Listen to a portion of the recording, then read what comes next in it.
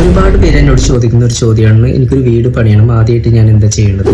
ഞാൻ ഈ താഴെ പറയുന്ന 5 സ്റ്റെപ്പുകൾ നിങ്ങൾ പ്രോപ്പറായി ഫോളോ ചെയ്ത് കഴിഞ്ഞാൽ നിങ്ങളെ ക്യാഷ് ആൻഡ് ടൈം ഒരുപാട് ലാഭിക്കാൻ പറ്റും. നമ്പർ 1, നിങ്ങളുടെ ആ പ്ലോട്ടിന്റെ മുന്നാധാരം, പിന്നാധാരം, ടാക്സ് അടിച്ച ഡീറ്റെയിൽസ് ഒക്കെ ഉണ്ടല്ലോ, ആ പേപ്പേഴ്സ് ഒക്കെ നിങ്ങൾ പ്രോപ്പർ ആൻഡ് വാലിഡ് ആണോ എന്നുള്ളത് നിങ്ങൾ ചെക്ക് ചെയ്യുക, പ്രത്യേകിച്ച് ലോണുള്ള പ്രോപ്പർട്ടി ആണെന്നുണ്ടെങ്കിൽ. നമ്പർ 2, നിങ്ങളുടെ കോൺസെപ്റ്റ്, ഡീറ്റെയിൽസ്, ഫോട്ടോസ് ഒരു എഞ്ചിനീയർക്ക് കൊടുത്തിട്ട് അവരെ കൊണ്ട് നല്ല ഒരു പ്ലാൻ വരച്ച് പ്ലാൻ ഫൈനൽ ആക്കിയിടുക, പിന്നെ അതിൽ ചേഞ്ച് ചെയ്യാൻ പാടില്ല. നമ്പർ 3, ആ പ്ലാനിന്റെ എക്സ്റ്റീരിയർ ആൻഡ് ഇന്റീരിയർ ഡിസൈൻ ചെയ്യുക, പറ്റുമെങ്കിൽ ലാൻഡ്സ്കേപ്പ് ഡിസൈനും കൂടി ഉൾക്കൊള്ളിക്കാൻ ശ്രമിക്കുക.